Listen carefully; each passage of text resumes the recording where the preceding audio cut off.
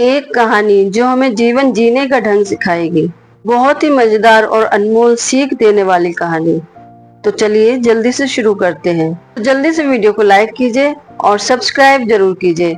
साथ ही अपने फ्रेंड्स के साथ शेयर कीजिए। एक गांव में एक सम्राट आने वाला था। सम्राट के दरबारी यह खबर लेकर गांव में पहुंचे और उनसे कहा कि सम्राट आने वाला है, सारी तैयारियां अच्छे से कर लेना, कुछ खास खास लोगों को भी तैयार कर लेना। उन सबको सम्राट के सामने दरबार में पेश करना है। लोग बहुत खुश हुए कि सम्राट से मिलेंगे। उस गांव में एक फकीर भी रहता था।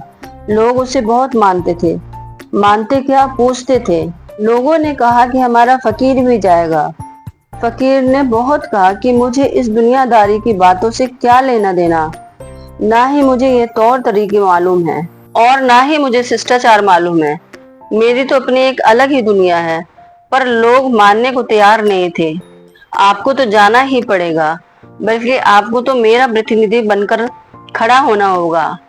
हम आपको सिखाएंगे, सारे उत्तर बताएंगे। सम्राट जो भी पूछ सकता है वो उत्तर आपको पहले से ही तैयार कर देंगे। पर आपको जाना पड़ेगा। फकीर के पास अब कोई चारा नहीं था हाँ करने के अलावा, सो उसने हाँ कर दी। अब गांव वालों ने सिपाहियों से पूछ लिया कि राजा क्या क्या पूछ सकता है। उस आधार पर फकीर को उत्तर सिखा दिए गए। आपकी उम्र कितनी है? 60 बरस। फकीर ने कहा, बस पहला प्रश्न यही होगा, यही जवाब देना है। फिर सम्राट पूछेंगे कितने साल से साधना कर रहे हो? फकीर ने कहा 30 साल से। बस यही तो बोलना है। ऐसे ही 5-6 उत्तर और पढ़ा दिए गए और उसे बार बार यही समझाया गया कि कोई गड़बड़ मत करना, जैसा बताया गया बस वैसा ही करना। अब तय दिवस पर सम्राट गांव में आए। फकीर उनका प्रतिनिधि था, तो सबसे पहले सम्राट ने उसी से पूछा, कितने वर्ष हो गए हैं आपको फकीर हुए? जी 60 वर्ष, फकीर ने उत्तर दिया। क्योंकि पहले प्रश्न का उत्तर तो पहले से ही तय था। सम्राट ने उसे ध्यान से देखा और कहा, 60 वर्ष से? तब तो आपकी उम्र काफी हो गई होगी। कितनी उम्र है आपकी? फकीर ने कहा 30 वर्ष। सम्राट ने कहा, असंभव, ये तो हो ही नहीं सकता। 30 वर्ष आपकी उम्र है और 60 साल से आप साधना कर रहे हैं। या तो आप पागल हैं या मैं पागल हूँ।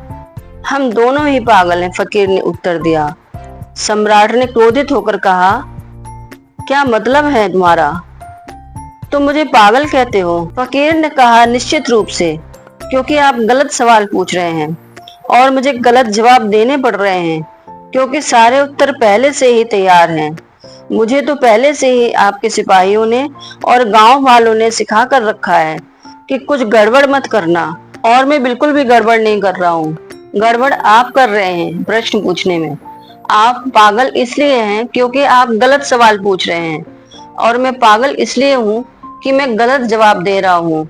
मेरी तो मजबूरी है, क्योंकि सारे उत्तर पहले से ही तैयार हैं। पर राजन, आपकी क्या मजबूरी है? तो दोस्तों, हमारे जीवन में भी ऐसा होता है।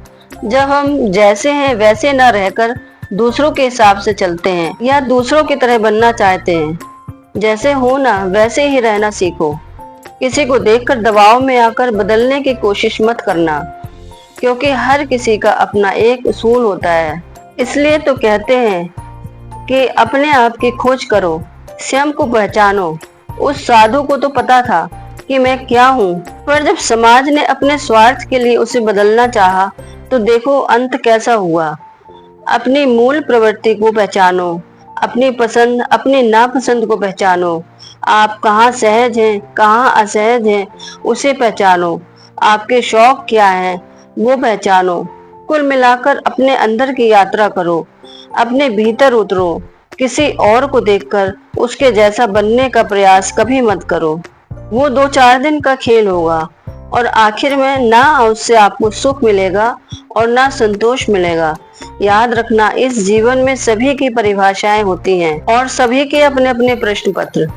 आपके प्रश्नों के सारे उत्तर आपके ही भीतर मौजूद हैं। पर गड़बड़ पता है कहाँ होती है? जब हम दूसरों के उत्तर की नकल करते हैं। तो फिर सही उत्तर के लिए उतर जाओ अपने भीतर। और अपने प्रश्नों के उत्तर खुद तैयार करो। फिर मिलेंगे दोस्तों एक और नई कहानी के साथ। तब तक हंसते रहिए, मुस्कुराते रहिए और अपना ख्याल रखिए। कहानी अच्छी लगी है तो लाइक कीजिए, ज्यादा से ज्यादा शेयर कीजिए और सब्सक्राइब जरूर कीजिए। साथ ही बेल आइकन प्रेस कीजिए ताकि आगे आने वाली सारी नोटिफिकेशंस आपको मिलती रहें।